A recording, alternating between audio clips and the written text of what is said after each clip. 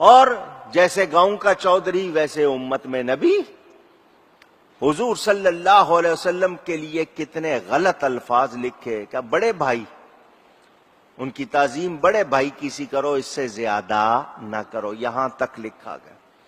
ادھر نبوت کا دروازہ کھولنے کے لیے باتیں ہو گئیں.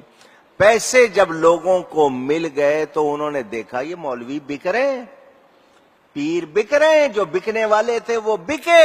انہوں نے کہا ہمارا کام آسان ہو گیا. انہوں نے نبوت کا جھوٹا دعوے دار مرزا قادیانی کھڑا کر دیا. بہاولپور کی عدالت میں مقدمہ ہوا تھا. ایک عورت اور مرد دونوں میں سے ایک قادیانی ہو گیا تھا کہ کسی نے مقدمہ داخل کر دیا کہ یہ نکاح درست نہیں ہے. اس پر مقدمہ ہوا، اس کی رپورٹ 3 جلدوں میں چھپی ہوئی مل جاتی ہے، اس کو پڑھ لینا.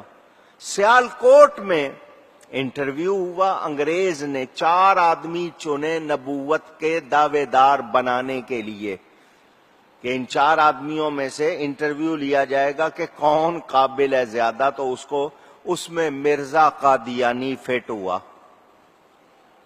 جس نے نبوت کا جھوٹا دعویٰ کیا. یہ تمام حقائق فیکٹس بتا رہا ہوں، موجود ہیں، یہ نہیں کہ سنی سنائی باتیں، موجود ہے تمام حقائق. اس نے نبوت کا دعویٰ کر دیا اور آتے ہی کہا پہلی وحی کیا آئی ہے، چھوڑ دو اے دوستو جہاد کا خیال، دین کے لیے حرام ہے اب جہاد اور قتال. یعنی آتے ہی کہا کہ وحی آئی ہے، جہاد اب کینسل ہو گیا ہے. اسی لیے تو انہوں نے بنایا تھا نا اس کو. ادھر یہ کھڑا کیا، ادھر وہ کتابیں، مسلسل کتابوں پر کتابیں. ایک کتاب میں لکھا گیا شیطان کا علم نبی سے زیادہ ہے، معاذ اللہ. کسی میں لکھا گیا کہ امتی عمل میں نبی سے بڑھ سکتا ہے، یعنی نبی کی شان گھٹانے کے لیے. کسی نے پوچھ لیا علم غیب نبی کو ملا یا نہیں، تو کہا کہ جتنا تم یا جیسا تم علم نبی کے لیے مانتے ہو ویسا جانوروں کو بھی ہے. تو نبی کے علم کو جانوروں جیسا کہا گیا.